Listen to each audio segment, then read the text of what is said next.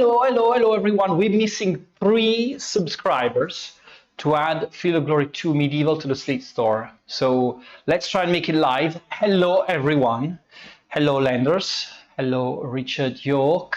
And hello, Requin87 and everyone else. We're here to bring the joy. The joy. I won't mention the football. I swear. I had too many occasions this last few days where I tried to mention the football and I just couldn't stand the sadness. So I'll skip through that and we'll start by giving you a bit of information about Field of Glory, right? So we're here to talk about Swords and Scimitars. So of course we've got our we were tracking the moment we posted the news, who was the first one to leave a comment. And now if you guess who was the first one to leave the comment on the news, you win a copy of Field of Glory. Hey Morante, hello. Yes, it was you, of course, it was you. So Field of Glory 2 Medieval adds a new DLC. We've just announced it. And we are again, the title is of course about the Crusades, which is of course the core of the DLC. There's a lot more on the DLC, so we'll get to that in a moment. But this was of course the most important announcement of the week. There was no other big announcement in the world of strategy gaming. I don't know if you heard about World War II real time, but nothing major. This was the big one. So we've got 20 more factions in Swords and Scimitars. Coming up are the Arabs, the Armenians, the Bulgarians. Do you want me to say them all?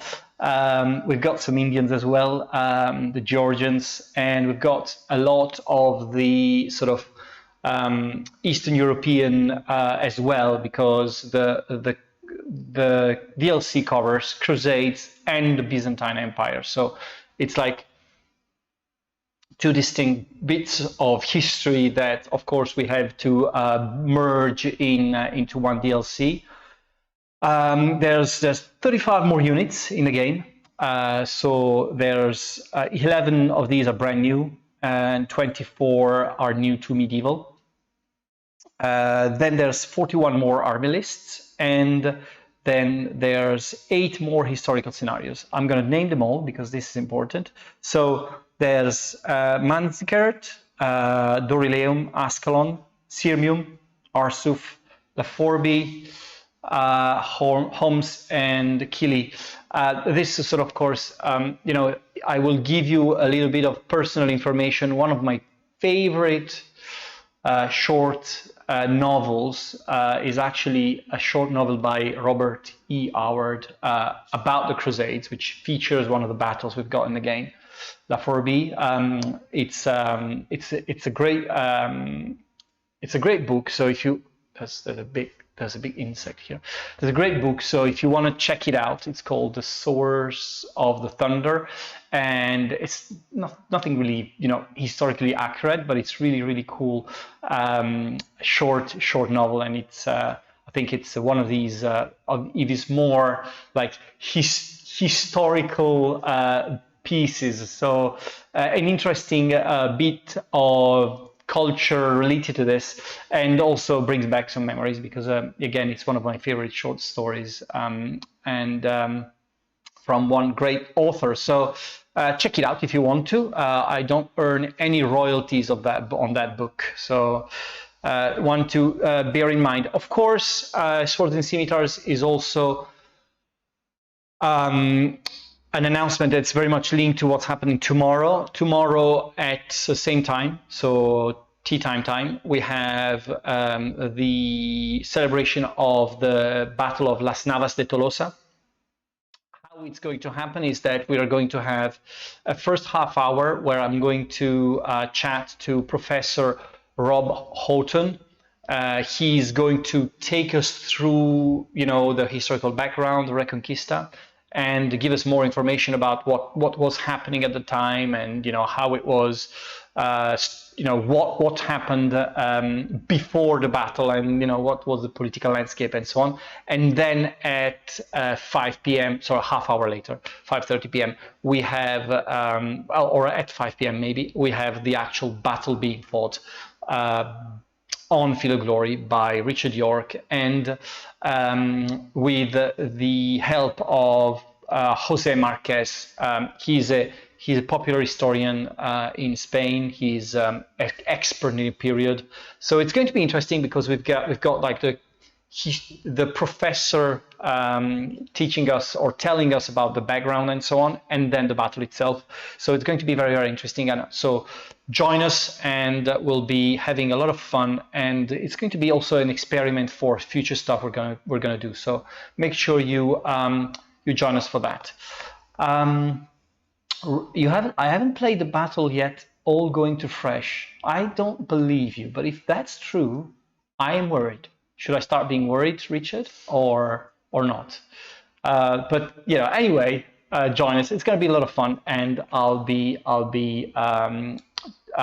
doing the first beat as well. So that one we have to check.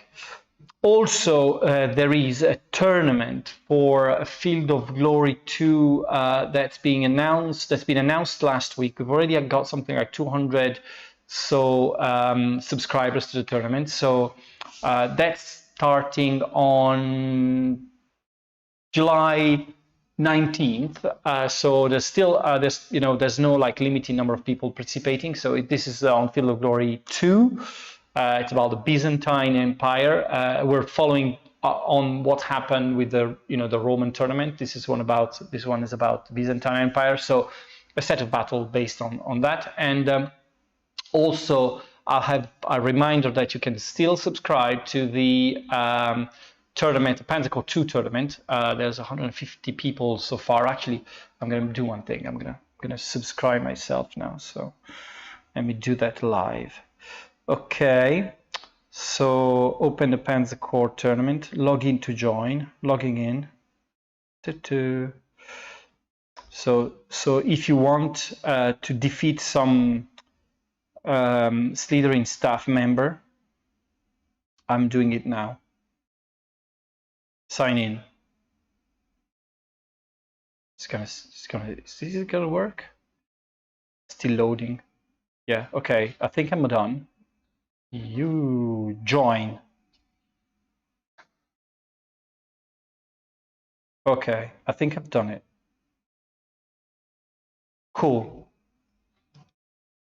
So if that's for that's one is starting in September, and it's going to be a long tournament. We're planning to run, I think, 12, like one session every 3 weeks. So it's going to be like 12 rounds in total, and this is intending to be the World Championships. So, but it's going to be a lot of fun. So even if you're not super experts and you're not really big Panzer Corps players, just enjoy the single player part. Just subscribe. We're going to have a lot of fun, and it's really cool because you get to learn how to play as you go. So it's great for for newbies as well. It's great. It's a great way of getting into the community. Hello, hello unknown. Since I named the first person to post about SNS, do I win? Do you win what? Do you win what? Hello gamer. Any news about Stargate? Stargate, well, news. We're working hard. We've actually seen the first actual gameplay of the game, which is shaping up very, very nicely, I think last week. It's coming along really nicely. As you know, it's a 2022 release. We are going to give more information about the game, as in, gameplay, how it works, all that kind of stuff during the autumn or after the summer and into the winter. So yeah, stay tuned, and there will be a lot of information about that. We're actually reviewing text for product pages and so on, because there's a lot of story behind it. So we want to make sure that you, the fans of Stargate, are really getting the message that we're taking care about, all the storyline and the characters and so on. So it's going to be an interesting one for us to entertain with you and make sure that you get the game you want. Yeah, Xabu, I was gonna say, come on, subscribe and get this Field of Glory 2 Medieval to the store. Right, so on getting on Panzer Corps, a few more important information. Last week, of course, we've celebrated the 10 years. You've still got, I think, about an hour, 2 hours, actually 2 hours to get to the promo. The promo is expiring at 6 o'clock p.m. UK time on Steam. So all the discounts are still active. You can buy the game. You can buy Panzer Corps 2, you can buy Panzer Corps Gold, all the DLCs are discounted and so on. And of course you can buy 1942, which is also part of a bundle, and that's just released. So it's your opportunity for, completing your collection. Also, we've announced Pacific last week, which is getting an inordinate amount of wish lists, which is great for a DLC. It's the first time I actually see that such a high number of wish lists for a DLC. So great stuff. And glad you guys are helping us build the Panzer Corps franchise. The sale has been going tremendously well. We've added a lot of new players, a lot of actually of also new players to the original Panzer Corps.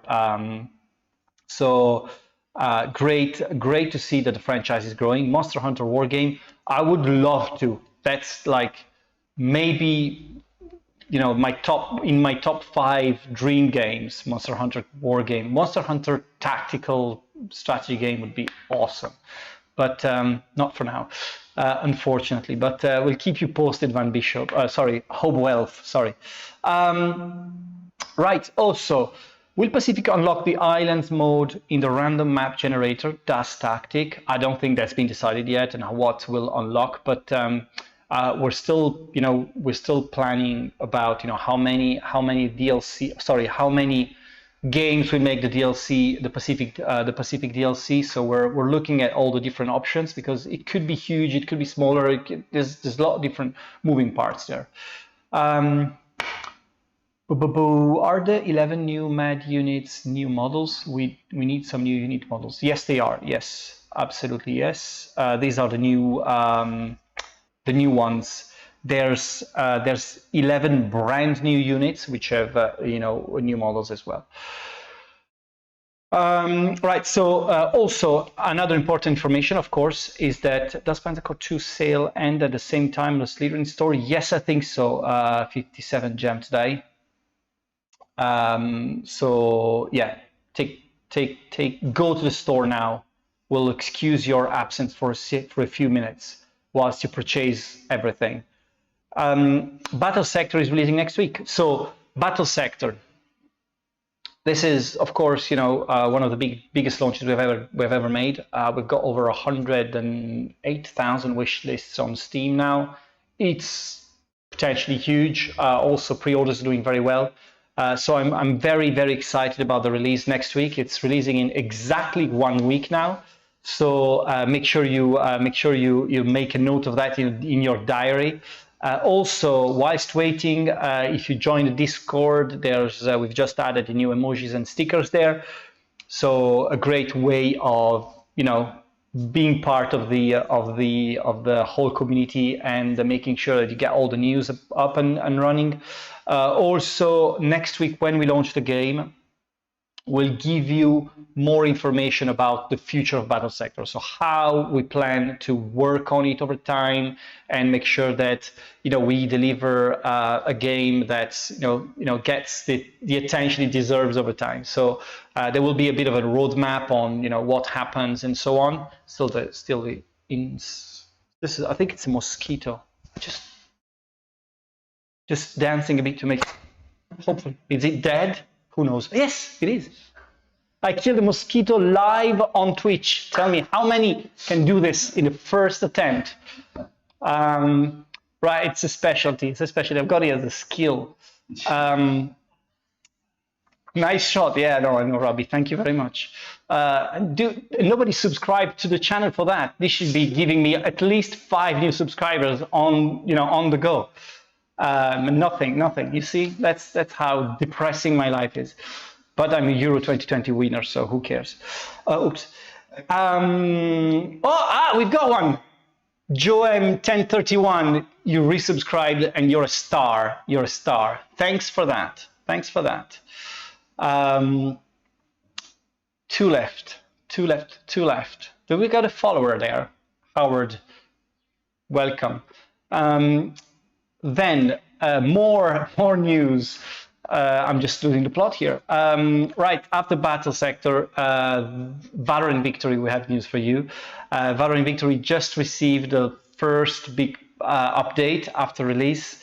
The guys were busy trying to, understand what the community was saying about the game and how we wanted to move forward. But so the first thing we've done is just address like the top 2-3 things that you guys were asking out there.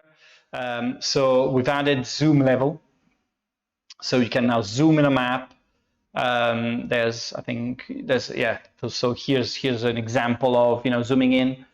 That's the single biggest request we got. So we listen. We definitely listen to you guys. And the other thing, we've got a lot of audio fixings, and we've also done a lot of improvements on the scalability of UI for bigger monitors, 4K monitors. This was another big request. So everything it's a bit easier to read now, and it makes it a bit easier to understand what's happening in the game, and at the same time. So again, we release a game, we monitor, we listen, and we fix. That's the process. And from now on, hopefully after the summer, we'll be able to start delivering more content on Valorant Victory. And Lance and Barry are super busy trying to find out where to go next. The game has been well received, and we are planning to invest a lot more in the game in the future. Now, one of the big things you've got to understand is that out of all the comments we had on Valorant Victory, I think there's I think I reopened a topic here, but one of the biggest set of comments we got was that oh, the DICE cheating, the DICE are cheating on me. And we knew this was coming. We absolutely knew this was coming, because this is like when the game doesn't cheat at all. The DICE are the DICE. They just roll their chance, and what happens. But it's happening all the time. When there is a game with actual DICE on, it just happens that some players just don't accept that they lose on throwing the dice. So we're trying to figure out what to do to just don't give that impression. It's not true. It's just one thing that happens when you've got these type of games. So next step will be understanding what to do to help you players to understand a bit more what's happening in the game, and don't get frustrated about things that just happens. They happen, and that's it. When is Medieval SNS gonna release? My guess, August 19th. I don't think anything is releasing in August. I think it's more September, Mordante. But we don't have a date yet, I think. All right, so that was for Valorant Victory. Also, I just wanted to announce, maybe take the path Blood Bowl 2 did in simply show the dice stats as part of the summary. Yeah, that was one of the things, Rakir, and that's actually one of the things we were considering. The other option is that we actually make an easy version of the game, which has dice throw help, and actually fixes some of that impression. And then the normal mode is, the dice is the dice. But we actually went through this with Heroes of Normandy already, and we had exactly the same. So we knew it was going to happen. The problem is that, you always want to release a game with, with being honest and so on. But it happens all the time. So we definitely have options there, and we'll see what happens. Blood Bowl still has a reputation for cheating. I think it had, and then over time it tried to improve on that, and definitely makes it different now. And I hope we've got I'm a big Blood Bowl fan, so I know that Blood Bowl 3 will certainly not have that. Neither Heroes of Normandy 2. Well, that's an interesting one. I think that the board game is becoming more and more became really more and more complex. So it was harder to implement a lot of the mechanics in actually the digital version. But absolutely yes. And Battle Academy 3. Well, I didn't know you were so much into World War II, Mordante, but stuff to consider. Panzer Corps 2 is a great mechanic managing the RNG. More games should do that. I agree, Das. Absolutely agree. Yeah. And I think that the problem is that um, once you've got a mechanic that works, you know, everybody should adopt it in, you know, when they can. But, you know, of course, design is also the creative part of it. So you want to do your own thing and try and, you know, work on your own ideas. So sometimes some mechanics that really, you know, just work should be adopted by everyone, but not everyone is prone in doing that and adapting these mechanics into their games. It's just how game design works, really. Been playing Combat Mission for 22 years. By the way, I think we've got changes in Combat Mission Cold War dates because of PBM issues. So I think we're moving it a couple of weeks or 1 or 2 weeks. We're receiving the latest build today, and we'll probably see after that on that build if everything works. We're still probably going to be around end of July, beginning of August, which I hope is going to be the case. How about covering some wars from the Victorian age? No, I think that the main reason is that it's just commercial. You know, making a game that sells about more obscure and not so popular historical settings is always very hard, because it's hard to, you know, get to people attention, and get the players' attention. So that's why World War II and Ancients and Medieval are always going to win. You know, we go back to that a lot. Like, you know, why don't we do more Napoleonic? Why don't we do more Civil War, American Civil War? It's just very niche of the niche. And when you start investing a lot in graphics and so on, and new features and so on, it's actually harder to sell these games to a much wider audience. That's really the reason why that's happening. But yeah, we know that we need more. We need more, especially war games about these eras. Absolutely. Balkan Wars. That's you know, anything that's modern is a bit trickier, because, you know, because there's also sorts of other implications. But it happens the same with Vietnam and, you know, Afghanistan and so on. So it's kind of using topics that sell is the big challenge. And of course, World War II sells, but then there's a lot of World War II games, so you've got much more competition. Which of course brings you back to the Company of Heroes stuff and so on. So it just you know, makes it a better game sometimes. You know, for the setting, for the you know, the knowledge, for the history, for the type of engagement and so on. Yeah, Korea, Vietnam, same kind of approach. Really, it's like, you know, wars that are a lot harder to depict in games without you know, in a proper way, I would say. Korea War is rather untouched. That definitely. It's not really popular at all. It's like, you know, very obscure to the most of the people. But war games can definitely try more on that. So we'll make sure we keep you posted on our discussions here, because I think there's a lot of interesting in discussions to be made with you guys, because you clearly have ideas, and you know, we're here to see. We could run some polls. Maybe we could run a poll on Twitch without you giving us a 50-50 odds, and we actually come up with a real winner, and we commit to that. Latest on Order of Battle tournament, I got the winners here. This was a close one. Lynxcom won the tournament with 630 points.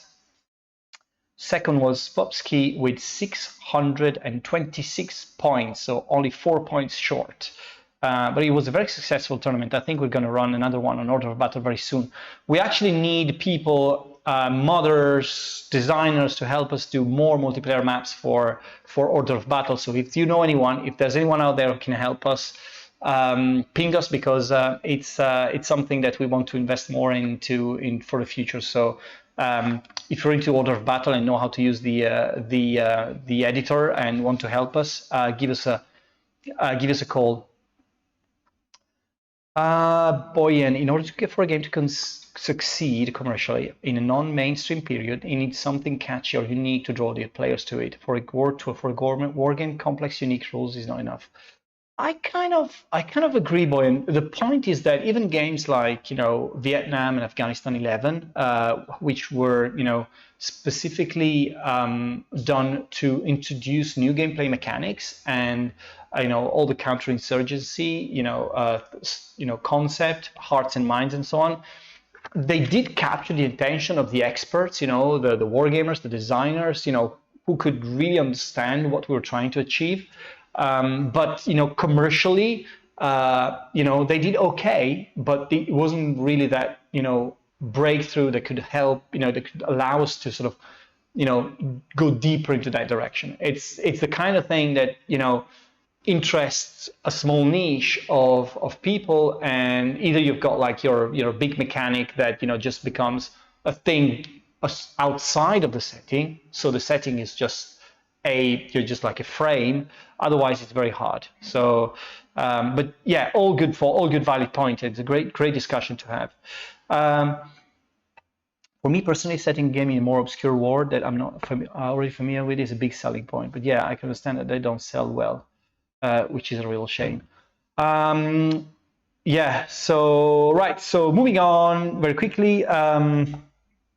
What do we have? Okay, let's go through the next upcoming streams very quickly.